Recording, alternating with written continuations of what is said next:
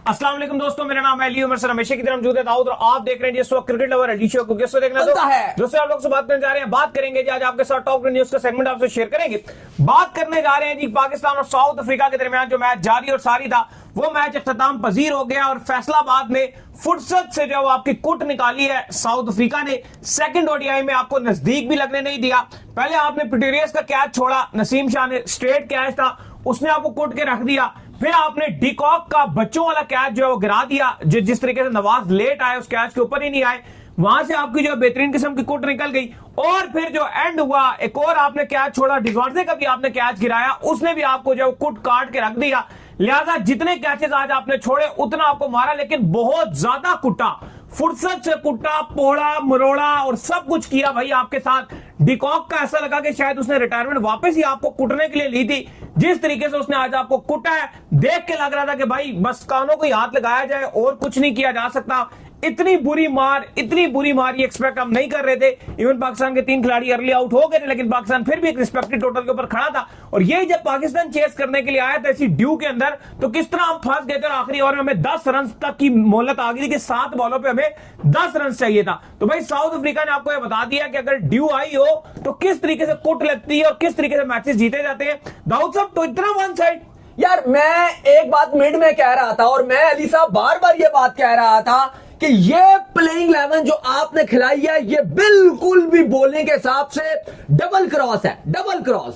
मुझे आप बताओ, आप घर पर खेल रहे हो, ठीक है, आप घर पे खेल रहे हो 4 फास्ट बॉलर के साथ यार, और पिछला मैच जो आप जीते हो साउथ अफ्रीका का, उस मैच में जो स्टार्ट था ना वो 350 वाला स्टार्ट था, ठीक है। वो साइम अयूब ने आपको विकेट्स लेके दिए, 2 विकेट्स, इमरान ने 3 विकेट्स लेके दिए, जिसकी वजह से आप मैच में वापस आए, ठीक है। यहां पर क्या था, आपने इमरान को कर दिया बाहर। मैं कह रहा हूं कोई मसला नहीं, आपने इमरान को बाहर कर दिया, लेकिन आप उसकी जगह एक प्रॉपर स्पिनर खिलाते, फैसल अकरम। आपने कहा वसीम जूनियर और फहीम अशरफ दोनों खेलेंगे। यार मैं नहीं समझ सकता अली साहब के ओडीआई फॉर्मेट में फहीम अशरफ की और वसीम जूनियर की दोनों की एक साथ जगह बनती है। ये एक डिफेंसिव प्लेइंग 11 है, ये एक डिफेंसिव स्ट्रेटजी है। फिर जूनियर ने हल्की बैटिंग कर लेंगे, हल्की बॉलिंग कर लेंगे। जूनियर ने सबसे तेज बॉलिंग की, 145 पर भी जाकर टच किया, लेकिन जूनियर को हटा के शायद खुद बॉलिंग करने के लिए आगे, जब मेन मौके के ऊपर जूनियर ने आपको विकेट लेकर जो स्पिनर आपके पास साइम अयूब बेहतर करते हुए आ रहे थे, उनसे भी आपने 3 ओवर दिए, उसके बाद दिए नहीं। नवाज को आप उस टाइम पर लेकर आए जो पूरा इतना ड्यू था ना कि प्लेटफॉर्म सेट था, उस टाइम नवाज को भी धुरकस बनाई, उनको भी मार पड़ी। यानी कि बिल्कुल ही बेकार किस्म की कप्तानी, बेकार किस्म की स्ट्रेटजी, बेकार, निकम्मी, पैथेटिक, पोर, क्लूलेस किस्म की जो आपकी सिलेक्शन प्लेइंग 11 की वो नजर आई। मैं नहीं समझ सकता कि आप बगैर स्पिनर के 4 फास्ट बॉलर के साथ आप फैसलाबाद में जा रहे हो। यही हशर होना था जो साउथ अफ्रीका ने किया।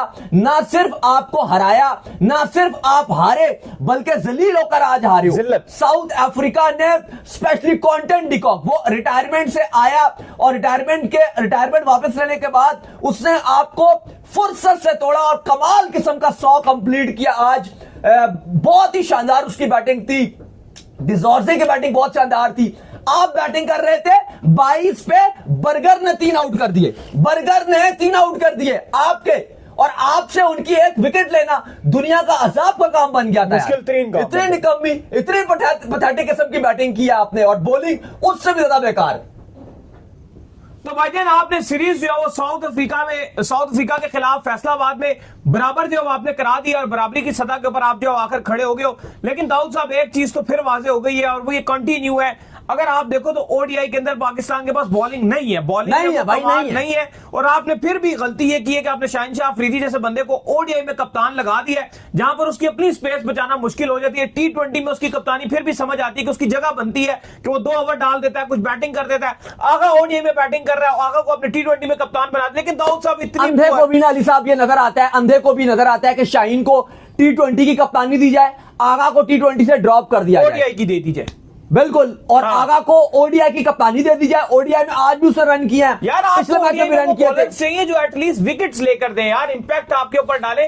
फिर इतना पुअर आप कैसे हो यार, सकते हैं? इतनी जब ना आपको पता है अली- कि इब्रार एक प्रॉपर स्पिनर है। ओडीआई में सारी दुनिया जो है वो स्पिनरों के साथ जा रही है। इवन आज इंडिया ऑस्ट्रेलिया में मैच था, वहां इंडिया के स्पिनरों ने विकेटें दिला दी। तो सारी दुनिया प्रॉपर स्पिनर्स को जो है प्रमोट कर रही और है। आप तो यार और आप पता नहीं किस चक्कर में फंसे होते हो कि आप पत्नी पेसर और ओडीआई में पेसर में कुटवा के रखते और हैं। अब तो ऐसा वक्त भी नहीं है कि आपको लोग कहो जी कि आपके स्पिनर बहुत ही माड़े हैं। हाँ। इब्रार है, फैसल अकरम आपका सीजनल बॉलर रहा है यार, ऑस्ट्रेलिया में उसने बॉलिंग किया। आपके जो फैसल अकरम की बात करें, वो फर्स्ट क्लास में इतनी बेहतरीन बॉलिंग करता रहा है। शाहीन के आपके टूर करता रहा, इतनी शानदार उसने बॉलिंग किया। वो ऐसी कोई चीज नहीं थी कि आप उसको ना खिला सकते। और दो तब्दीलियां आपने की। चलो, हसन नवाज का तो पहले ही कह रहे थे कि वो रन नहीं बनाएगा, वो ड्रॉप होगा, क्योंकि बिल्कुल ही पाकिस्तान जीते हुए मैचेस में वो आता था, विकेट देके अपना कॉन्फिडेंस खराब करता था। लेकिन आपने जो दो तब्दीलियां की, स्पिनर को भी बाहर बैठाया और उसकी जगह भी फास्ट बॉलर ले आए। मतलब ये तो बहुत ही ज्यादा यार अजीबो गरीब आपका फैसला था। फिर चलो, फैसला ले लिया था तो जो डिसीजन था उसको तो बैक करते, वो भी नजर नहीं आया। फहीम अशरफ, वसीम जूनियर, नसीम शाह, शाहीन शाह अफरीदी। देखो, हकीकत बात तो है साहब के शाहीन शाह अफरीदी को आपने ओडीआई का कप्तान जरूर बना दिया, लेकिन शाहीन की ओडीआई की परफॉर्मेंसेस ऐसा बॉलर सवालिया निशान है। वो ओडीआई में ऐसा बॉलर कोई बहुत खास नहीं कर रहे। हाँ, वो T20 में आपको कंप्लीट पैकेज देते हैं, ऊपर के 2 ओवर्स में आपको ब्रेक थ्रू दिलवाते हैं। बैटिंग वो किसी भी नंबर पे आके कर सकते हैं, वो उनके अंदर कैपेबिलिटीज है, बड़े बड़े शॉट्स मार सकते हैं, टीम को फ्रंट से लीड कर सकते हैं, जो एक कप्तान का काम होता है। वो बेहतरीन काम कर रहे हैं। ओडीआई में आपके पास वो आगा आपको देता है कि 20-22 में 3 खिलाड़ी आउट हो गए, आगा आपको रेस्क्यू करता है, आपको रन बना के देता है। वो आपके लिए एक बैटिंग अच्छी कर रहा है, और वो एक बेहतरीन रोल था ओडीआई की कप्तानी के लिए। लेकिन अजीब और गरीब फैसले हैं यहां पर। और देखो, अगर आप इसी स्ट्रेटजी के साथ जाओगे तो ऐसे ही आपको हारे मिलेंगे। हाँ, एक आध मैच आप जीत भी जाओगे, एक आध मैच हार भी जाओगे, लेकिन आप बड़े इवेंट्स में या बड़े मैचेस में आप कुछ भी नहीं कर सकते। पहले तो आप ये मानो, इस साउथ अफ्रीका की टीम में मार्करम नहीं है, ठीक है। इस साउथ अफ्रीका की टीम में वांडे डूसन नहीं है, क्लासन चलो छोड़ो वो रिटायर्ड है, लेकिन बड़े 2 नाम नहीं है, कप्तान नहीं है सबसे बढ़कर। मार्करम कप्तान है इस टीम का, बाबूमा नहीं है, लेकिन उसके बावजूद आप इस तरह से आ रहे हो। क्विंटन डिकॉक ने आपका भुर्गा से गाल के रख दिया फैसलाबाद में। पहली बार वो खेल रहे हैं, आप तो चलो आप भी मैच नहीं खेले, 17 साल के बाद खेल रहे हो, दूसरा मैच है आपका पाकिस्तान का, लेकिन पाकिस्तान डोमेस्टिक तो खेलता रहा है यहाँ पे, कायदेतन ट्रॉफी तो होती रही है। ऐसा तो नहीं है कि आपके खिलाड़ियों के लिए वो अननोन स्टेडियम है, लेकिन साउथ अफ्रीका के लिए तो बिल्कुल अननोन है। और उन्होंने आपको आपकी कंडीशन में ना सिर्फ हराया बल्कि बम्बूजल किया और आपसे ज्यादा बेहतर स्ट्रेटजी बनाई है। सही बात है। और आपका ना वो माइंडसेट नजर आया, बस आप पिछला मैच जीत गए। और सॉरी टू से, जैसे वो आप पिछला मैच जीते हो ना अली साहब, वो आप हार गए थे। 11 बॉलों पे 10 रन एंड में चाहिए था। वो तो नवाज वैसे भी आज हमने देखा 7 बॉलों पे 10 रह गए। क्या सूरत होती है, बिल्कुल जो है वो क्लोज मैच आ गया था। इतने क्लोज मैच के ऊपर आके आपकी ये सूरत होगी थी कि आपके हाथ पांव जो है वो कांप गए थे और सिचुएशन जो है वो आपके हाथ से जो टोटल निकल रही थी। तो एंड में शुक्र है थोड़ा सा संभला तो सिचुएशन वापस आई।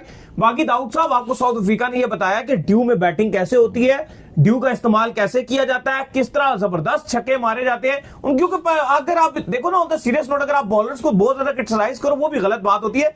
इतना बॉलर का कसूर भी नहीं होता, जो ड्यू आती है उसमें आपको रन भी तो थोड़े ज्यादा करने पड़ते हैं ना। एटलीस्ट आप ओडीआई में 300 प्लस तो जाओ ना। नहीं, लेकिन बात यह है कि आप क्रिटिसाइज तो बनेगा कि अगर आप इतनी वन साइडेड, चलो बैट्समैनों ने कुछ खास नहीं किया, 22 में 3 हो गए, वहां पे आगा और साइम ने बैटिंग अच्छी की, फिर वहां पे उसके बाद जो है वो हसन तलत जल्दी आउट हो गए, फिर आगा और नवाज की पार्टनरशिप लगी, लेकिन फिर फहीम ने अच्छा किया। वो सही कर रहे हैं, हमारे लिए तो ड्यू का भी इस्तेमाल नहीं करते बैटिंग में जब आए होते हैं। लेकिन आप मेरी बात सुनो कि ये आप यहां पे प्रॉपर स्पिनर होना चाहिए था। स्पिनर विकेट लेते रहे। जब आप पिछला मैच खेले उस टाइम भी तो ड्यू था, उस टाइम तो साउथ अफ्रीका के स्पिनर अच्छी बॉलिंग कर रहे थे, उनके स्पिनर तो आपको फंसा रहे थे। तो फिर ये क्यों नहीं, इन्होंने क्यों नहीं फंसा? आपने खिलाई नहीं, और जो खिलाए भी स्पिनर साइम और नवाज, उनसे कितने ओवर करवा लिए और किस टाइम पे ओवर दिया आपने? हल्का से एक आध ओवर दिया, हटा दिया। जूनियर का बॉल अच्छा निकलता हुआ नजर आया पूरे मैच में मुझे, और किसी का बॉल अच्छा निकलता नहीं, बात यह है कि आपने तो स्पिनर पे ट्रस्ट भी नहीं दिखाया ना। अब साइम अयूब थे, आपने 3 ओवर उनसे कराए, मार भी बहुत पड़ रही थी ना, छक्के भी तो पड़ रहे थे, स्पिनर भी पड़ रहे थे। 3 ओवर में 21 रन दिए, तो अब आपने खिलाए भी तो आधे आधे बॉलर ही है ना, प्रॉपर तो आपने खिलाया ही नहीं एक भी। वो तो आपने ऑलराउंडर, कोई बैटिंग ऑलराउंडर तो कोई फलाना ऑलराउंडर, वही आपने खिलाए ना। आपकी सारी टीमें कट एंड पीसेस प्लेयर हैं। वसीम जूनियर हाँ जी कभी कभी बैटिंग भी कर लेगा, फहीम अशरफ बैटिंग भी कर लेता है, एक विकेट भी ले गए, जॉर्जे को भी आउट कर दिया, बैटिंग भी कर लेते हैं जी, बॉलिंग भी कर लेते हैं। साइम अयूब वो भी बॉलिंग कर लेंगे, सलमान अली आगा वो भी बॉलिंग कर लेंगे। ये टी20 में चीजें चल जाती हैं, ये टी20 में अच्छा भी लगता है ऑलराउंडर्स। ओडीआई में आपके पास प्रॉपर बॉलर होने चाहिए, क्योंकि 10 ओवर है। 10 ओवर ना अली साहब, टेस्ट मैचेस में भी अमूमन एक दिन में एक फास्ट बॉलर 12, 13, 14, 15 ओवर ही डाल लेता है। ठीक है, ऐसा नहीं होता, 14, 15 ओवर ही वो डालता है। ये एक तकरीबन आपका टेस्ट होता है आपका ओडीआई। ये टी20 नहीं है 2 ओवर पहले डाल दो, 2 ओवर एंड में डाल दो, बस जी काम खत्म। ये नहीं है भाई, 1.5 घंटे का मैच नहीं है, पूरे 4 घंटे का मैच होता है, पौने 4 घंटे का, 3.5, 4 घंटे का मैच है एक टीम की इनिंग, जिसपे आपको प्रॉपर बॉलिंग करनी पड़ती है। लेकिन आप बुरी तरीके से नाकाम रहे हो, टोटल 1 साइड मैच आप हारे हो, और साउथ अफ्रीका ने आपके मुंह पे तमाचा मारा। पैथेटिक किस्म की performances with the bat, with the ball, with the field, आपकी अपनी कंडीशन। यार मैं समझता हूं अली साहब, जब आप अपने घर पे खेल रहे हो ना, स्ट्रेट अवे आपको मारना चाहिए। चलो अच्छा मैच भी आप खेल लो, लेकिन वो जीत जाओ, थ्रिलर भी हुआ है।